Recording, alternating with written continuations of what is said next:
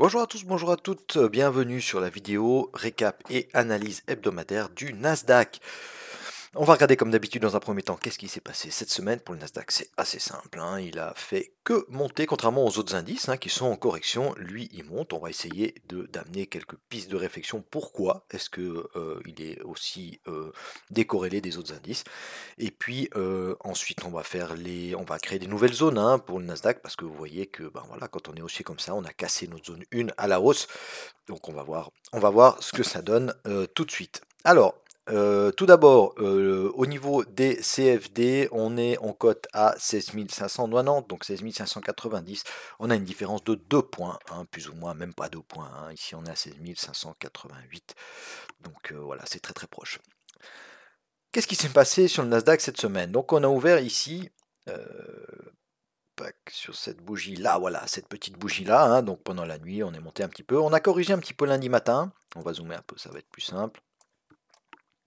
On a corrigé un peu lundi matin et puis on est revenu s'appuyer, regardez ça comme c'est joli, on est venu s'appuyer pile sur ce bloc de contrat ici, d'accord, ça a provoqué cette grosse hausse de vendredi, on vient se réappuyer quasiment au point près, on fait une belle, hop, on a une bougie mère, d'accord, cassure de la bougie mère par le haut en clôture, et puis ça s'envole, hein.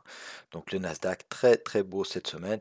Alors, pourquoi est-ce que les autres corrigent et puis que le Nasdaq s'envole? Alors, moi, je me dis une chose, je me dis que peut-être, après ça n'engage que moi ce que je vais dire là, mais je me dis que peut-être, voilà. Les cas Covid commencent à réaugmenter un peu partout. On reparle de confinement à gauche, à droite. Donc ça, pour les indices européens, je pense que quand même ça a joué un rôle, hein. Vous avez vu ce qui se passe en Autriche, les non-vaccinés sont confinés, etc. Donc voilà, on a pas mal d'éléments comme ça qui font un peu peur au marché, donc on corrige, hein, sur le DAX, sur le CAC aussi, voilà. Au niveau des États-Unis, ça commence à corriger aussi un peu sur le Dow Jones, mais lui, le Nasdaq, rappelez-vous, le Nasdaq, quand on était en confinement, lui se portait bien. Parce qu'il y a toutes ces techs qui sont, voilà, tous ces Netflix, tout ce qui est PC, tout ce qui est, enfin, toutes les grosses valorisations du Nasdaq, elles sont entre guillemets «avantagées» par le confinement, d'accord? Parce qu'il y a plus de monde dessus, donc il y aura plus de monde sur les ordi et cetera. Donc quand on reparle de confinement, eh bien, les indices, qui peuvent être touchés au niveau, touristique, au niveau des restaurants, au niveau des cinémas, au niveau, voilà, de toute la culture et cetera, eh ben, ça a tendance à baisser et puis, le Nasdaq, lui, il a tendance à monter. Voilà, c'est peut-être une des raisons, hein, peut-être que je suis à côté de la plaque, mais moi, c'est la réflexion que je me fais. Donc, il est très haussier, donc on va se trouver des nouvelles zones. Ça, on verra tout à l'heure. Maintenant, on va aller regarder, hein, en mensuel. On lance un petit coup d'œil à la bougie. Regardez, on a eu une englobante haussière le mois dernier. Et puis là, eh ben, on continue la petite balade haussière du Nasdaq, hein. On est habitué maintenant, hein. Regardez, hop, quand on part en tendance, c'est que le Nasdaq, c'est superbe, hein. En hebdo, d'accord, donc on a cette bougie qui casse les deux précédentes, hein. On avait une petite bougie mère ici, d'accord, la bougie fille, hop, on casse par le haut. On pourrait évidemment venir se réappuyer sur la RM, pourquoi pas, pour repartir à la hausse, continuer le flux, hein. On se rappelle, on essaie toujours de jouer le flux.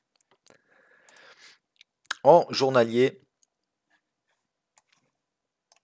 on a absolument, hop, alors sauf lundi, hein, lundi on a un tout petit, on était venu rechercher notre zone là, vous vous rappelez. Mais ensuite on a, voilà, on a que des jours verts.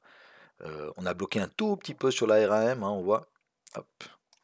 D'accord, on a fait mine de bloquer ici, R1M précédent haut là, d'accord, qui avait provoqué cette petite, c'est même pas une baisse, c'est une toute petite correction, hein. On a corrigé combien? On n'a rien corrigé. Et j'ai de nouveau mes fibos qui ne sont plus là. Alors on va aller les remettre. Non, c'est ici. Barre d'outils.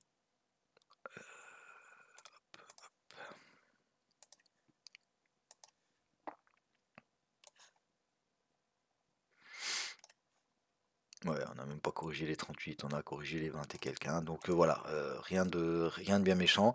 Et puis maintenant on est reparti à la hausse, hein. Donc bah, que vous dire, il faut attendre un petit repli pour repayer, hein, pour essayer de suivre le flux, hein. Faut pas essayer de vendre là, vous voyez, quand on essaye de vendre les plus hauts sur le Nasdaq, souvent très très très souvent, alors des fois ça marche, hein, mais franchement, ça vaut pas la peine je trouve que ça vaut pas la peine de se mettre en swing sur un plus haut pour essayer de choper un tout petit mouvement alors que les mouvements haussiers sont beaucoup plus grands, hein, et puis beaucoup plus faciles à tenir, hein. Il n'y a que des bougies vertes quasiment.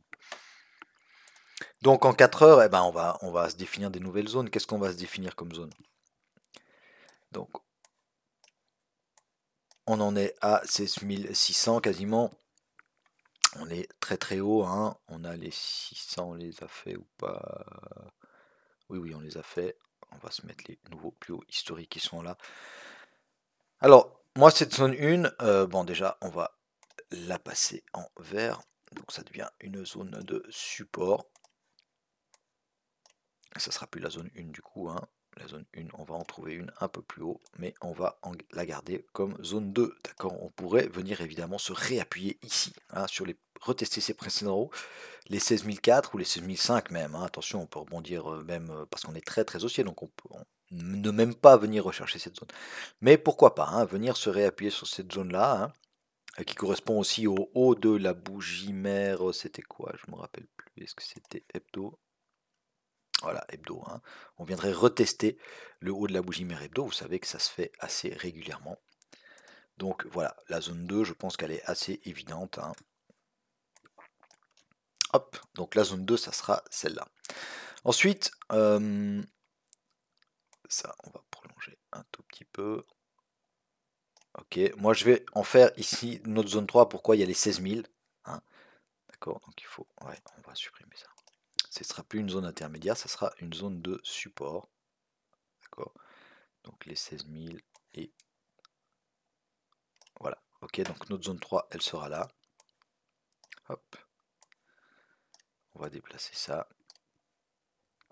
Je laisse les zones en dessous, hein, parce que ça va me donner des informations. Si tout d'un coup, pendant la semaine, on retrace un peu plus, et puis qu'on casse cette zone 3, hein, bah ça me laisse des informations, et puis ça ne me dérange pas parce que c'est sous le graphique. Et puis la zone 1, alors la zone 1, et ben voilà, on n'a plus rien au-dessus de la tête, on n'a plus rien sur la gauche, donc on va faire quoi? On va faire attention aux chiffres ronds, évidemment, hein, les 16007, les 16008, les 16009 et les 17000. Donc on a une grosse zone ici, hein, à 17000. Alors c'est pas dit qu'on aille les chercher la semaine prochaine, ça m'étonnerait, ça fait quand même pas mal. Quoique, évidemment que c'est possible. On va faire une zone assez large, d'accord? Donc on va prendre les 17000 et puis on va prendre aussi la R2M. On va être un peu ambitieux avec le Nasdaq, hein, mais il va probablement pas y aller comme ça, hein. Il va plus faire des... Voilà, peut-être venir retester cette zone, pourquoi pas, et puis ensuite aller gentiment chercher cette zone-là, hein. D'accord? Voilà ce que j'imagine un peu pour le Nasdaq la semaine prochaine, mais évidemment qu'on va pas anticiper, et puis qu'on va attendre des signaux, hein, pour rentrer, pourquoi pas dans le flux, hein. Mais là, acheter là, c'est un peu haut. Soyez attentifs aussi à une chose sur le Nasdaq, comme sur le DAX et sur le Dow Jones, on a ici une petite bougie mère en 4 heures. D'accord, donc ça serait intéressant de surveiller la cassure de cette bougie mère, hein. Je ne vous conseille pas de vendre si on casse la bougie mère par le sud, hein, parce qu'on a cette grosse zone ici juste en dessous et les précédents hauts. D'accord. Par contre, si on la casse par le nord et puis qu'on vient se réappuyer sur le haut de cette bougie mère, pourquoi pas tenter de prendre un achat pour aller faire des nouveaux plus hauts. Voilà ce que je pouvais vous dire. Merci à toutes et à tous de m'avoir regardé jusqu'au bout. N'hésitez pas à mettre un petit pouce bleu, à vous abonner à ma chaîne. Et puis je vous souhaite à tous et à toutes un excellent week-end, une très très bonne semaine de trading. On se retrouve durant la semaine, hein. Dès que j'ai le temps, je vous fais des vidéos, c'est promis, sur mes trades du jour. Du temps et de la matière, hein. J'essaie toujours de vous montrer les trades intéressants et des choses que je peux expliquer qui sont intéressantes, etc. Je vais pas vous montrer mes petits scalps ou mes petits trucs, c'est pas intéressant ni pour vous ni pour moi. Voilà, un grand merci encore de m'avoir regardé jusqu'au bout. Salut à tous, bye bye.